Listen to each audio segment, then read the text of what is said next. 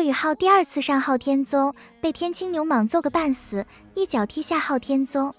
霍雨浩如今第1次来到昊天宗，陪王东获取第6魂环，让霍雨浩见识到了这个传承万年的古老宗门底蕴有多强，两位宗主的实力更是深不可测。在获得雪地魂灵后，泰坦巨猿当即就测试了霍雨浩的实力。虽然仅凭霍雨浩自己还无法撼动泰坦巨猿，但是加上雪地的魂灵后，却逼得泰坦巨猿开启武魂，可见雪地魂灵的实力有多强。在所有事情处理完后，霍雨浩就和王东一起离开了昊天宗。在离开之时，两位宗主还与霍雨浩挥手告别，霍雨浩也向两位宗主鞠躬表示感谢。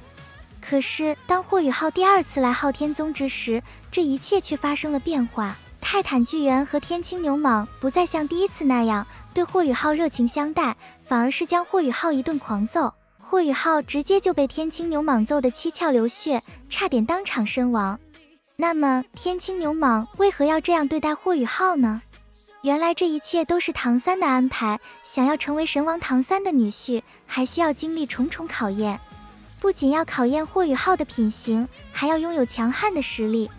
在霍雨浩等人参加第2次斗魂大赛后，众人误入乾坤问情谷，在这里他们都经历了唐三的考验，不过在这次的考验中，却让王冬儿牺牲了自己，只为了让霍雨浩活着。不过在考验结束后，王冬儿虽然被救活，但是却一直陷入沉睡中。无奈之下，霍雨浩只能带着王冬儿返回昊天宗。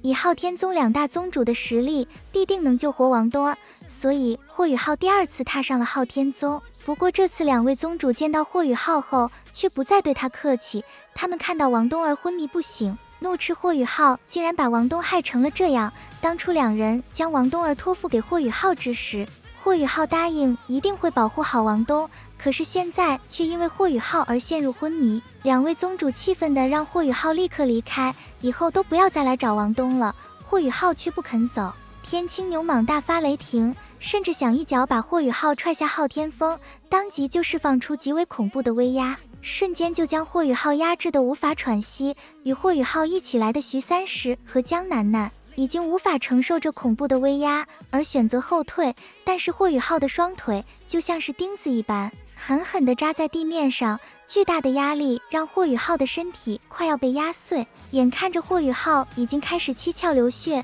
还不肯离开，再这样下去，霍雨浩就真的要死在这里了。天青牛蟒怒斥霍雨浩是在找死，随后立刻收手。2位宗主也不忍这样对待霍雨浩，但这都是唐三的决定，他们也只能照做。